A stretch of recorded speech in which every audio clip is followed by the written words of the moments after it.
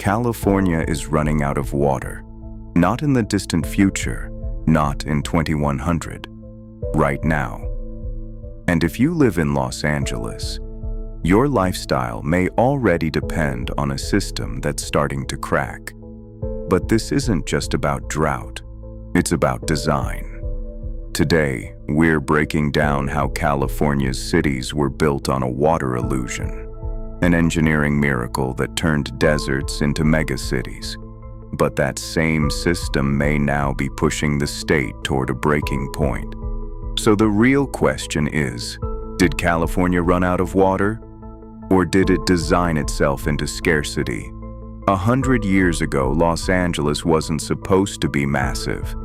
Southern California is naturally dry. Rainfall is seasonal. Rivers are limited. So engineers did something radical. They built aqueducts stretching hundreds of miles. They redirected rivers. They pulled water from the Sierra Nevada and later from the Colorado River. It worked. Suburbs exploded. Agriculture boomed. Pools filled. Lawns spread across the desert.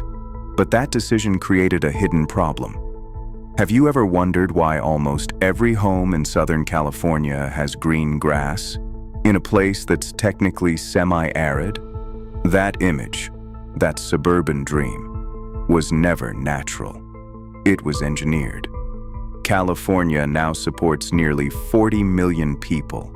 It also produces over 1/3 of America's vegetables and 2/3 of its fruits and nuts. All of that requires water. But here's the tension. The Colorado River is shrinking. Snowpack in the Sierra Nevada is becoming unpredictable. Groundwater reserves are being drained faster than they refill. Some regions are literally sinking because aquifers are collapsing. And this is where things start breaking. Because the entire system depends on water that no longer behaves the way it used to. But water scarcity isn't just environmental. It's political, it's technological, and it's architectural. Cities decide zoning, cities decide density, cities decide landscaping rules. And increasingly, cities are turning to AI systems to monitor consumption in real time. The future of water isn't just about rain, it's about control. If current trends continue, climate models suggest longer drought cycles. Hotter temperatures mean more evaporation. Population growth continues in places like Phoenix and Southern California, and cities like Los Angeles are already seeing it. Mandatory restrictions, rising utility bills, new construction limits. The illusion of endless supply is fading. But here's what most experts aren't talking about. California doesn't just have a water problem, it has a design problem, because its cities were built for expansion, not conservation. Post-war zoning laws encourage low-density suburbs, wide roads, detached homes, private lawns, water-intensive agriculture zones. Infrastructure grids were designed assuming stable supply. But the architecture of abundance doesn't adapt well to scarcity. Pipes, canals, reservoirs, they're rigid systems. When climate shifts, rigid systems strain. So what does this mean for you? It means the price of water is no longer just a utility issue. It affects housing affordability, insurance rates, urban development, even migration patterns.